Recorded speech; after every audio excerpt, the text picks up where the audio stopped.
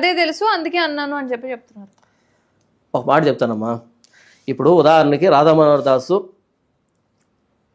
ఒక ఆంజనేయ స్వామిని ఆరాధిస్తున్నాడు అనుకుందాం. ఇప్పుడు రాధామనోహర్ దాసు ఒరే కోతి మొహోడా అన్నాను అనుకోండి, అబ్బా ఎంత భాగ్యం మా దేవుడితో పోల్చావు నన్ను అని అంటాడా? అన్నాడు. రాధామనోహర్ దాసు ఆంజనేయ స్వామిని ఆరాధిస్తాడు, దేవుడని ఆరాధిస్తాడు. ఇప్పుడు నేను రాధామనోహర్ దాసుని ఏమంటాను? ఒరే కోతి మొహం అంటాను. అప్పుడు ఎంత భాగ్యం అసలు మా దేవుడితో పోల్చావు అని అంటాడా? అనడు. ఎందుకు అనడు? ఎవరైనా అన్నారు.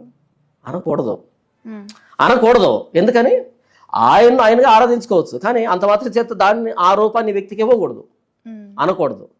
మరి ఇది ఎంత బాగలేదో ఇది కూడా బాగలేదు. యేసు ప్రభు మమ్మల్ని గొర్రెలతో పోలిస్తే, మందతో పోలిస్తే ఆయన కాపరు కాబట్టి మేము పడతాం.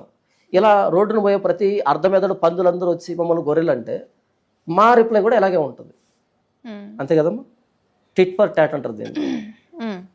చాలా మంది అంటే ఇప్పుడు సొసైటీలో కొందరు దేవుళ్ళు ఉన్నాడు అని అంటే అసలు ఆయన ఏమీ లేడు అని చెప్పి మొత్తం సైన్స్ ని నమ్మే వాళ్ళు కావచ్చు, లేదా ఇప్పుడు వాళ్ళ పేర్లు చూసుకుంటే నాస్తికులు అని చెప్పి పెట్టుకుంటున్నారు.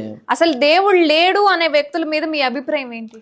అభిప్రాయం కాదమ్మా, బైబిల్లో కీర్తనల గ్రంథం 14వ కీర్తన మొదటి వచనం ఏముంటుందంటే, దేవుడు లేడని బుద్ధిహీనుడు తన హృదయంలో అనుకొనును అని రాయబడింది. బుద్ధిహీనుడు, ఫూల్ అని రాయబడిందమ్మా. ఇప్పుడు ఎథీస్ట్ అని అంటున్నారు, కానీ బైబిల్ ఏం చెప్పిందంటే దేవుడు లేడని బుద్ధిహీనుడు తన హృదయంలో అనుకుంటాడు, ఫూల్ అని రాయబడింది. బుద్ధిహీనుడు అని. అదే.